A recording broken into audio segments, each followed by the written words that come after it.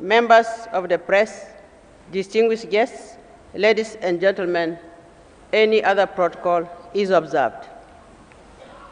Your Excellency, before I proceed, I would like to confirm the quorum of this sitting. This is the first sitting on Wednesday, 16th July 2025, which also marks the opening of the National Legislature. The quorum stands as follows. We have 340 members from the TNL, with 35 members on permission. Total 375 honorable members of the Channel A. From the Council of States, we have 75 members, and 10 are on permission, total 85 members. The grand total of the two houses is 460 honorable members present in this first sitting.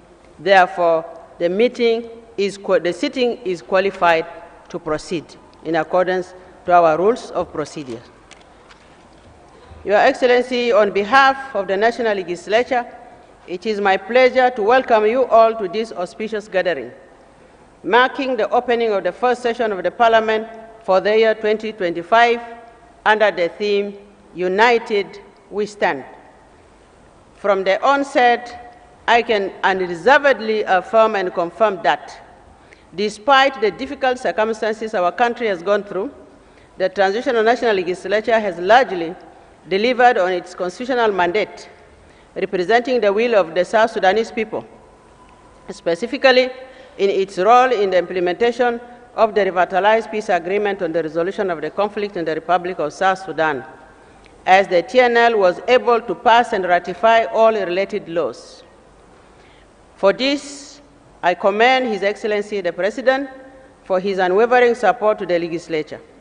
I further appreciate all of you, the honorable members of the August House, for remaining dedicated to your responsibilities as legislators. Your Excellencies, ladies and gentlemen, the Transitional Constitution of the Republic of South Sudan 2011, as amended, commands under Article 78 that the President may personally or by a message address the National Legislature or either of its two houses. The National Legislature or either of its houses shall accord priority of such request over any business. Accordingly, on this auspicious occasion, this August House, and indeed the whole nation, will hear the keynote address from His Excellency General Salva Kiir Mayardit, the President of the Republic. My remarks will therefore be brief, concentrating mainly on the performance of the legislature during the previous sessions and on some of the challenges that were encountered. However, before proceeding, permit me, Your Excellency, the President, ladies and gentlemen, to specifically welcome the honorable MPs of the Transitional National Legislature back to Juba after their well-deserved recess. But before that, I must first pay a special homage to all our beloved colleagues, the brave honorable members of the legislature, who sadly left us during the last year. Indeed, it is sad to recall that during the last session, the National Legislature lost 15 of its members since April 2024 from various constituencies as follows: Honorable Maker Tiong Mal, Honorable Reverend Matthew Matiang, Honorable Ismail Matthew Mukhtar, Honorable Adelino Michael Opi, Honorable Marco Lolibis Lajore, Honorable Denga Goch Ayuel, Honorable Josephine Moses Lado, the former chairperson of the Women Parliamentary Caucus, Honorable Helen Kamisa Bero, Honorable William Mark Faki, Honorable Deborah Adwell Okech, Honorable Tong Chuel Mantuil. These were members of TNLA. 4 other members included Honorable Mubarak Deng Tong, Honorable Ane Angok Ane, Honorable Isaac Kona Nok, and Honorable John Tap Malwal from the Council of States. We will deeply miss these compatriots, and we will always remain mindful of their significant contributions in the service of our beloved country. In loving memory of these men and women, join me, ladies and gentlemen, to stand and observe a minute of silence.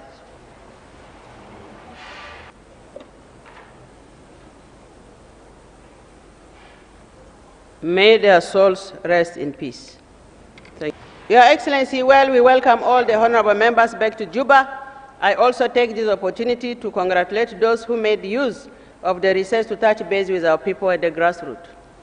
Not only were they able to see for themselves the negative effects of the ongoing economic challenges on communities at the grassroots, but they were also able to witness the remarkable strength and resilience with which our people continue to navigate this hardship. Mr. President, honorable members, beyond the economic concerns, South Sudan indeed faced a range of complex challenges during 2024. These included localized insecurity stemming from intercommunal tensions, political and social tensions, the incident in Nasser, Central Equatoria, Warab State, and Western Equatoria State, especially the ongoing killing in Tombora County since 2021. The impact of natural disasters, public health concerns, the implication of conflict in our neighboring countries, especially in Sudan, massive displacement of communities across the country as IDPs and refugees, acute food shortages in most parts of the country, and others. We commend you, Mr. President, for the efforts exerted to de-escalate those tensions, as well as provision of humanitarian assistance to the affected population through relevant institutions in collaboration with our partners. This highlights your resolve to maintain peace and security within the country and in the region. Your Excellency the President, as you mentioned yesterday in your message to the SPLM members at the SPLM House, and I quote, "The peace agreement remains our only roadmap to peace, and we must put it in the center of all our political work and activities." End of quote.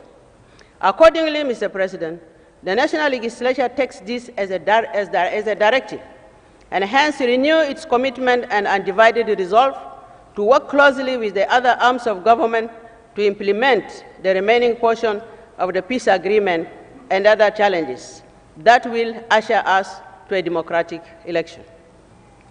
The effects of the aforementioned challenges were widespread, but felt most acutely at the grassroots, where a majority of our people live.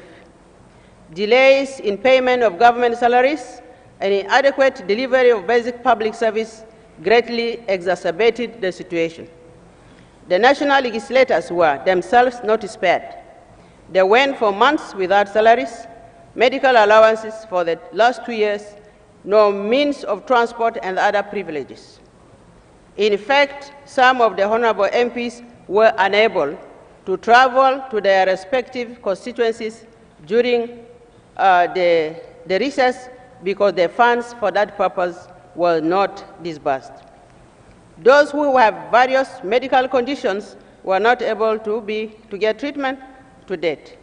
I therefore appeal for the inclusion of the medical funds for the honorable members of Parliament in the top list of the priorities of the Ministry of Finance.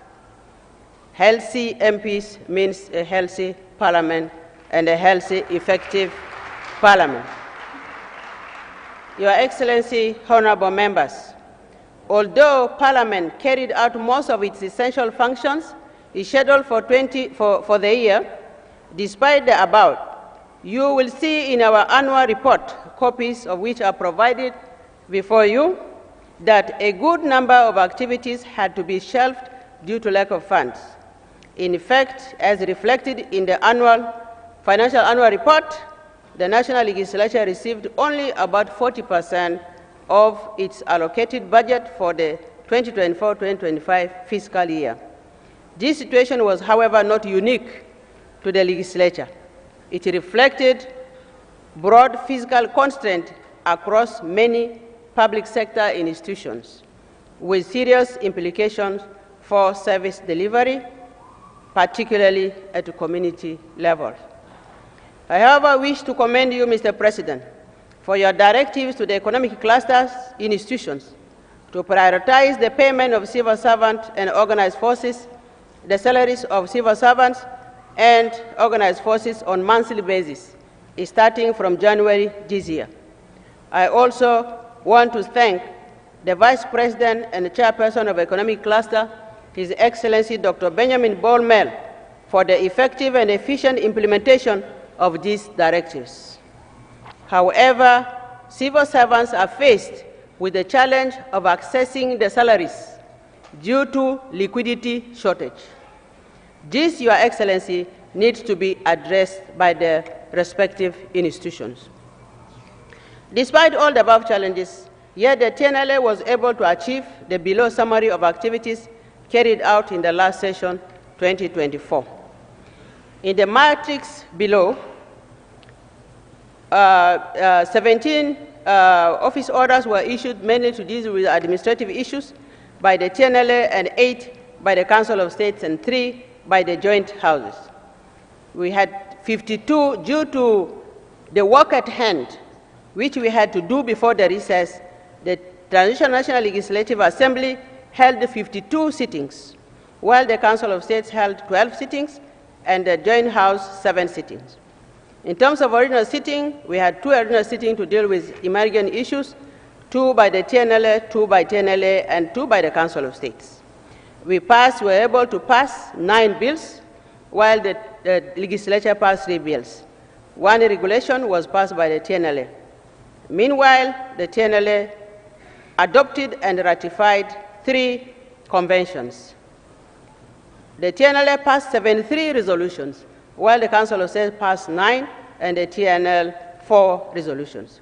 We adopted 4 agreements signed by the Republic of South Sudan with various countries, and we had 5 motions on important and urgent matters raised by MPs. The 3 ministerial policies were tabled and committed to specialized committees. We conducted 7 parliamentary diplomacy missions as mandated by our regulation, and also we hosted 1 regional event. The TNLA carried out 11 capacity building workshops for its members to build their capacity, while the Council of State carried 7 workshops to build the capacity of their members. Your Excellency, honorable members, in some respect, the challenges that define 2024 is spilled over into the current year as well. As we look ahead to the general elections scheduled for 2026, this financial, institutional pressure will continue to demand the attention of government throughout 2025. It is imperative that national legislature must work hand in hand with our colleagues in the executive to find practical and sustained solutions to our country's problems. No external actors will come to fix them for us. We alone must take collective ownership of our responsibilities and commit to addressing the needs of our people. To do this, the legislators are expected to foster the spirit of cooperation and cooperation that transcends party lines and personal ambitions. Although the holy season of Lent and the Ramadan are now behind us, their message continues to resonate in our minds. Those are periods of fasting, self-denial, and the reflections observed by the majority of South Sudanese citizens, most of whom profess the Christian and Islamic faith. They remind us of the value of self-discipline, compassion, and solidarity with those who are less fortunate in our society, and call on us as individuals and leaders to renew our sense of purpose and deepen our commitment to serving the common good of all. This moment in time demands of us, the national legislators, to reflect seriously on those values and recommit ourselves to the responsibility we carry on behalf of our people. It is both civic and moral obligation to ensure that the needs of our citizens, especially the most vulnerable, are addressed with urgency and care. That means advocating for the timely payment of salaries for our teachers, our nurses, sanitation workers, uniformed servicemen and servicewomen, and all civil servants, and ensuring that the delivery of basic services reach everyone in our communities, instead of focusing mainly on our own needs and welfare. In support of this, legislators will continue to exercise meaningful oversight over the performance of the public institutions. On that note, allow me, Your Excellency, ladies and gentlemen, to address a matter of concern. The emerging perception in some quarters that legislative summons are confrontational, personal attacks, or unnecessary interference. This matter is deeply concerned. Parliamentary instrument designed to promote transparency, collaboration, and mutual understanding when public officials appear before Parliament to clarify matters of public interest. It enables legislators to better understand the peculiar circumstances facing the various institutions and to support identification of practical solutions. Far from being an inconvenience or humiliation, responding to a parliamentary summon should be viewed as an opportunity. It allows public servants to highlight the realities they navigate, share their accomplishments, and draw attention to areas in need of support. Ultimately, this enhances public trust and strengthens the relations between our institution and the citizens they serve. With that regard, we encourage all public servants, including those in the executive branch, to continue cooperating with the legislature in the spirit of constitutional accountability and mutual respect. This cooperation is essential to the success of our democratic process and the well-being of the nation. Parliamentary oversight should not be viewed as an adversarial function, but rather as a vital tool for improving governance. Mr. President, honorable members, at this point in our nation's history, we need to acknowledge that our words carry weight. As honorable members of Parliament, we must always strive to uplift rather than divide, to clarify rather than confuse, and to guide rather than inflame.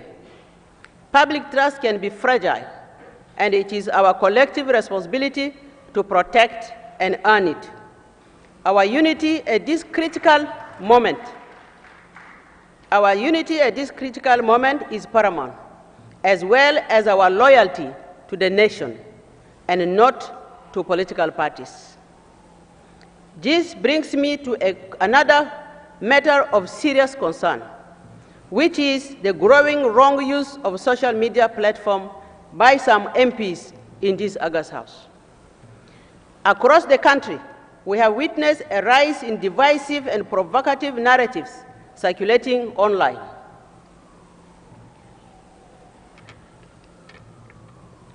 Narratives that threaten to undermine social cohesion, nation building and healing, and fuel tension at a time when unity is demanded more than ever before. While the vast majority of our honorable members are disciplined, principled, and committed to responsible public discourse, there are regrettably a few who have chosen to use social media as a platform for personal attacks, misinformation, and inflammatory rhetorics. Those actions not only undermine the dignity of this House, but also risks inciting division and mistrust among the very people we are entrusted to serve.